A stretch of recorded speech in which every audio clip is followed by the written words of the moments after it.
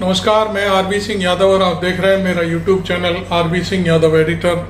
आज मैं राहुल गांधी की जो भविष्यवाणी थी, जो वायनाड से उन्होंने रात के 1:52 पर की थी, उस भविष्यवाणी को सच होते देख रहा हूं और इसी के लिए मैं ये वीडियो बना करके आपको ये बताना चाहता हूं कि जो राहुल गांधी ने कहा था वो सच साबित हो रहा है। राहुल गांधी ने कहा था कि ईडी मुझे कभी भी गिरफ्तार कर सकती है और फिर उन्होंने जो लिखा था कि ईडी के लिए वो चाय और बिस्कुट लेकर के तैयार खड़े हुए हैं, स्वागत है उसका। तो ये चीज़ें उस समय वायरल हुई थी। हालांकि ना तो ईडी ने खंडन किया, न नरेंद्र मोदी और न गृह मंत्री, न वित्त मंत्रालय, किसी ने कोई खंडन नहीं किया था उनकी इस बात का। लेकिन आज जो सवेरे से जो चर्चा चल रही है पूरे मीडिया में, वो ये है कि राहुल गांधी को कभी भी ईडी सम्मन भेज सकती है। इसका मतलब जो राहुल गांधी को सूचना मिली थी, जो डिपार्टमेंट के थ्रू मिली थी, उन्होंने ये भी कहा था कि मेरे को इंटरनल सूत्रों ने बताया है। तो इसके मानी ये है कि जो ईडी के लोग हैं वो राहुल गांधी से भी संपर्क में थे और उन्होंने ही उनको आगाह किया था कि आपको कभी भी सम्मन भेजा जा सकता है और पूछताछ के लिए बुलाया जा सकता है, आपके यहाँ छापा पड़ सकता है। ये सारी चीज़ें आज खुलासा हुआ है। मैं एक देख रहा था, भारत समाचार है, उसमें बाकायदे सारी हेडलाइन बनी हुई है कि राहुल गांधी से पूछताछ हो सकती है। उनसे जो नेशनल हेराल्ड समाचार पत्र है उसको लेकर के जो 2022 में पूछताछ के लिए बुलाया गया था, उस केस को फिर से फाइल को खोला जा सकता है। अब बात आती है कि उस समय जब उनसे करीब 1 हफ्ते तक पूछताछ हुई तब तो कुछ निकला नहीं और ईडी के लोगों ने उनको जो अनौपचारिक रूप से कहा था कि आपको बेवजह परेशान किया जा रहा है, कुछ आपके पास है नहीं, सारी चीज़ें थी और आप बैठिए जाइए। उस समय उस फाइल को वहीं बंद कर दिया गया और वो फाइल अब दोबारा से इसलिए खोली जा रही है कि राहुल गांधी इस समय पूरे देश की जनता के आँखों का नूर बन चुके हैं, आँखों का तारा बन चुके हैं। अब आप देखिए, एक छोटी सी बात मैं उदाहरण दूंगा। राहुल गांधी सुल्तानपुर है, क्या है वो, एक ज़िला है कानपुर से आगे, तो वहाँ वो पेशी पर गए थे और वहाँ से जब वो रायबरेली के रास्ते लौट रहे थे, वहाँ पर एक मोची की दुकान में जाकर के बैठ गए और उन्होंने शायद जो जूता सीने वाला जो सिस्टम होता है, जो रांपी और सुतारी होती है, उसके शायद 2 टाँके उस चप्पल में लगाए होंगे। उस चप्पल को खरीदने के लिए 10 लाख रुपए की बोली लगाई जा रही है। इसका मतलब क्या है? इसका मतलब यह है कि राहुल गांधी जिस चीज़ को छू लेते हैं वो बहुत कीमती हो जाती है। राहुल गांधी जिन लोगों से बात करते हैं वो लोग अपने को धन्य समझते हैं क्योंकि उनके मुद्दे संसद में उठने लगते हैं। तो ये सारी जो चीज़ें हैं, राहुल गांधी जनता की जो बात करते हैं वो बहुत ही आज की ज़रूरत है। और आप तो जानते हैं कि आज देश महंगाई से जूझ रहा है। इतनी हालत ख़राब है कि आरबीआई ने एक सर्वे कराया, उसमें 75% लोगों ने कहा कि महंगाई सबसे ज़्यादा है, हम अफोर्ड नहीं कर पा रहे हैं। तो ये सर्वे मैं किसी अखबार में पढ़ रहा था, उसकी एक हेडलाइन बनी हुई थी, 75% लोग महंगाई और बेरोज़गारी से परेशान हैं। आरबीआई को ये सब चीज़ें कराने की क्या ज़रूरत पड़ी? लेकिन वो चूँकि एक गवर्निंग बॉडी है, वो सारी चीज़ें देखती है, अपने प्लान तैयार करती है उसी आधार पर। तो आरबीआई किसी की बापौती तो है नहीं कि वही सब उस पर मेरा ही है, लेकिन वो गवर्नमेंट का एक हिस्सा है और वो पूरे देश की अर्थव्यवस्था को गिरते और उठते देखता है, उसके बाद वो जनता के प्लान तैयार करता है। तो खैर, इस टाइप की बातें हैं और राहुल गांधी ने अभी संसद में जो 3 बार सत्र हुआ है उसमें बहुत सारे आईने दिखा दिए हैं लोगों को, बहुत सारी चीज़ें कर दी हैं। अब पिछले कल से कांग्रेस ने हालत ख़राब कर दी है। सेबी की जो चीफ है, माधवी वंश नाम है, क्या है, ऐसा ही नाम है कुछ, उसकी जो अमेरिका की जो हिंडनबर्ग रिसर्च की रिपोर्ट है उसमें साफ साफ खुलासा हुआ है। और आज तो फिर उसने फिर कमाल कर दिया, फिर एक रिपोर्ट जारी कर दी है और उसमें कहा है कि माधवी ने तो अपने बयान में स्वीकार कर लिया है जो कुछ भी हम कहना चाह रहे थे कि वो इसमें इन्वॉल्व है। इसका मतलब यह है कि जो हिंडनबर्ग बता रहा है वो कोई सूचना गलत नहीं है, उसने चूँकि माधवी ने खुद ही कहा है कि हाँ मेरा इन्वॉल्वमेंट है और मैं अपना पैसा वहाँ लगाती हूँ। अब वहाँ पैसा किसका लगता है? अडानी के भाई का भी लगता है, इनका भी लगता है, फिर वो शेयर इधर से उधर उधर से उधर चलते रहते हैं। उनके हस्बैंड ने एक कंपनी में उसमें वो सलाहकार हैं, उसको ये प्रमोट करती हैं। जब भी कोई प्रेस कॉन्फ्रेंस होती है उसमें कहती हैं कि ये प्रोडक्ट, उसका प्रोडक्ट अच्छा है। दूसरी बात यहाँ तक समझ में आती है कि जो देश में इस समय क्या बोलते हैं इसको, कहना चाहिए बड़ी बड़ी इमारतें खड़ी करने वाली जो कंपनियां हैं, उनके निर्माण का काम करती हैं, वो कंपनी इंडिया में लॉन्च करने के लिए बाकायदे ये सारी व्यवस्थाएं चल रही थी। विदेशी कंपनी को यहाँ पर प्रोटेक्ट किया जा रहा था, उसके शेयर बढ़ाने के लिए, इस तरह की सारी कहानी। और ये इसको पूरे एक व्यक्ति को यहाँ सौंपने की तैयारी थी। और उस वही चीज़ें सारी हिंडनबर्ग ने यहाँ पर अपनी रिपोर्ट में जारी की हैं। तो आज जो उनके हस्बैंड ने भी कहा है कि हाँ हम सारे दस्तावेज देने को तैयार हैं, हमने जो किया है कुछ गलत नहीं किया, उनका जैसा कहना है। अब बात आती है कि सुप्रीम कोर्ट में जो चीज़ें सुप्रीम कोर्ट ने मांगी थी पिछली बारी, जो हिंडनबर्ग की रिपोर्ट आई उस पर जांच बैठी और सुप्रीम कोर्ट ने स्वतः संज्ञान लिया था कि इसमें सेबी बताए, चूँकि सेबी शेयर बाजार को कंट्रोल करती है। उस समय सेबी की तरफ से कह दिया गया कि हमें कुछ नहीं मिला, हमारे पास कुछ नहीं है, जबकि उसमें बड़ा घपला था। राहुल गांधी ने वो सारी चीज़ें उस समय संसद में उठाई थी और जो वर्तमान लोकसभा अध्यक्ष हैं वो उस समय भी अध्यक्ष थे और उन्होंने उस जो वहाँ पर भाषण हुआ था, जो दस्तावेज दिखाए थे, उन सबको लोकसभा की कार्रवाई से हटवा दिया।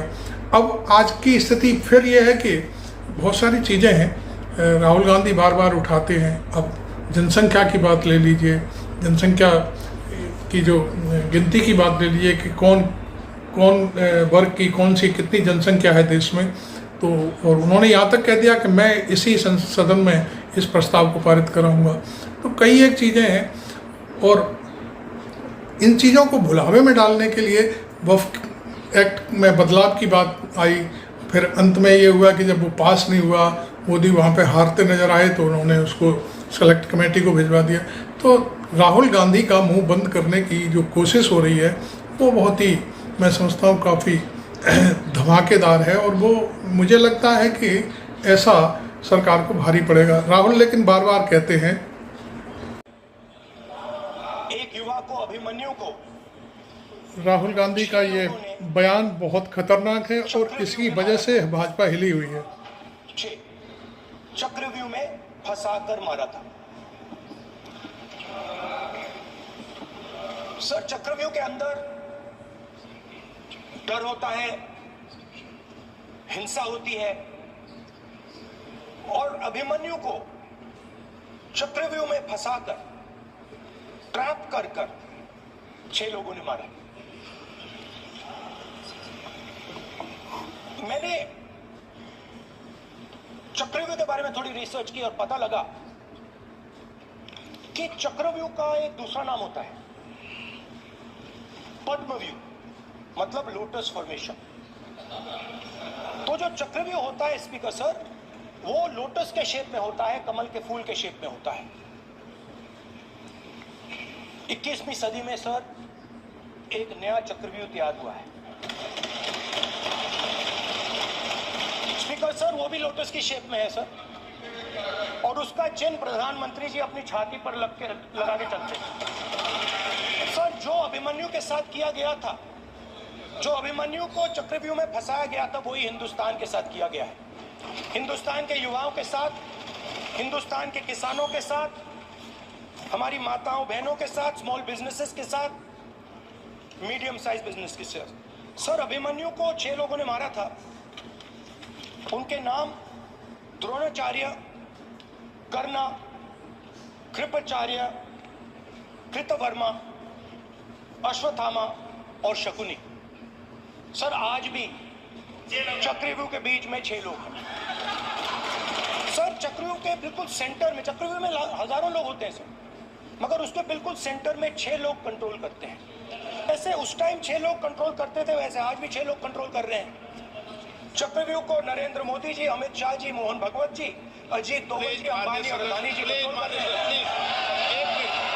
और फिर तो आपने देखा राहुल गांधी ने जो भाषण संसद में दिया था अभी पिछले सत्र में, उसको लेकर के भाजपा में खलबली है और ये सारी चीज़ें भाजपा को भीतर भीतर खाई जा रही हैं कि राहुल गांधी को बंद कैसे किया जाए, बोलना कैसे बंद किया जाए, कैसे बोलने पर रोक लगाई जाए।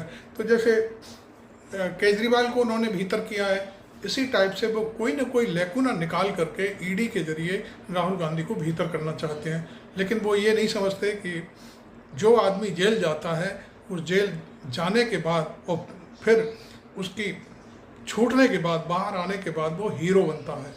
हालांकि राहुल गांधी ने देखिए एक बार और फिर क्या कहा है, वो मैं आपको सुनवा देता हूँ। वो सुनिए पहले राहुल गांधी ने क्या बोला है। हम इंटिमिडेट नहीं होंगे, हम नरेंद्र मोदी से नहीं डरते हैं। समझ गए बात? कर ले जो करना है, कुछ फर्क नहीं पड़ेगा। जो मेरा काम है देश की रक्षा करना, लोकतंत्र की रक्षा करना, देश में जो हार्मनी है उसको मेंटेन करना, वो मैं करता रहूंगा। ये कुछ भी कर ले। तो आपने सुना, बाकायदे चैलेंज के साथ राहुल गांधी ने मीडिया से बाकायदे कहा है कि नरेंद्र मोदी को जो करना है सो कर ले, हम किसी से नहीं डरते। तो बहुत सारी चीज़ें हैं, एकदम से आप साफ साफ देख रहे होंगे कि राहुल गांधी कभी भी किसी से डरने वाले व्यक्ति नहीं है। देखिए राहुल गांधी को एक बार और हम दूसरे कार्यक्रम में सुनते हैं। देखिए क्या क्या बोल रहे हैं राहुल गांधी। सबसे बोला, ईडी के अफसर मुझे इंटरोगेट कर रहे थे और मैंने उनसे बोला कि देखिए, आप सोच रहे हो कि आपने मुझे यहां बुलाया है, मगर आप गलतफहमी में हो। आपने मुझे यहां नहीं बुलाया, मैं यहां आया हूं।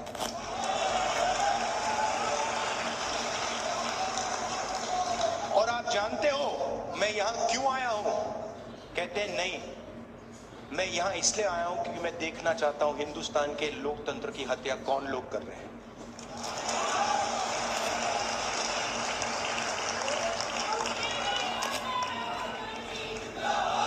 मतलब आप क्या समझे हो?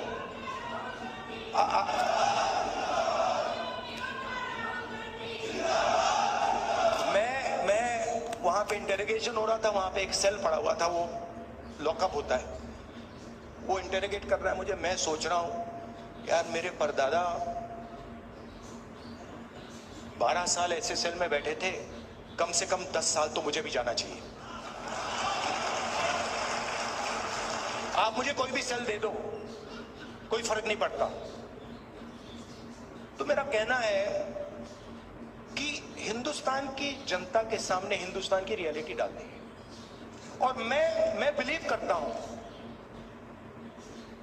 चाहे वो किसी भी जात का व्यक्ति हो, अगर हमने रियलिटी सामने रख दी ऐसे,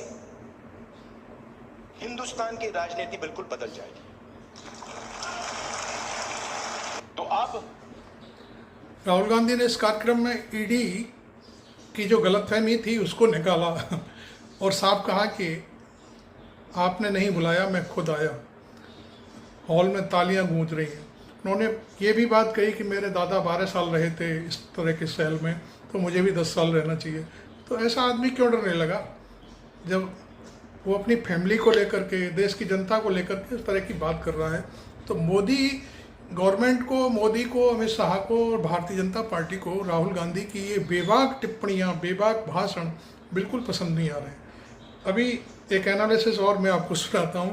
जो संसद का सत्र जो 2 दिन पहले ही, जबकि आज उसको बंद होना था, वो 9 तारीख को ही बंद कर दिया, उसकी एक तस्वीर जो वायरल हो रही है वो मैं आपको एक एनालिसिस में दिखाना चाहता हूँ। देखिए किस तरह से भारतीय जनता पार्टी की आंखों की किरकिरी बने हुए हैं। अब इस तस्वीर को ही देखिए, ये संसद के सत्र के खत्म होने पर खींची गई तस्वीर है। इसमें आप देख सकते हैं राहुल गांधी हंस रहे हैं, मगर प्रधानमंत्री नरेंद्र मोदी का चेहरा किस तरह से उतरा हुआ है। जानकार ये कह रहे हैं कि प्रधानमंत्री नरेंद्र मोदी का चेहरा इसी तरह से राहुल गांधी के सामने उतर जाता है। याद कीजिएगा, प्रधानमंत्री ने किस तरह से ये तक कह डाला था कि प्रधानमंत्री का गला घोंटा जा रहा है। 2 घंटे तक देश के प्रधानमंत्री का गला घोंटने का उनकी आवाज को रोकने का, उनकी आवाज को दबाने का लोकतांत्रिक परंपराओं में कोई स्थान नहीं हो सकता है और इसका कोई पश्चाताप तक नहीं है, दिल में दर्द तक नहीं है।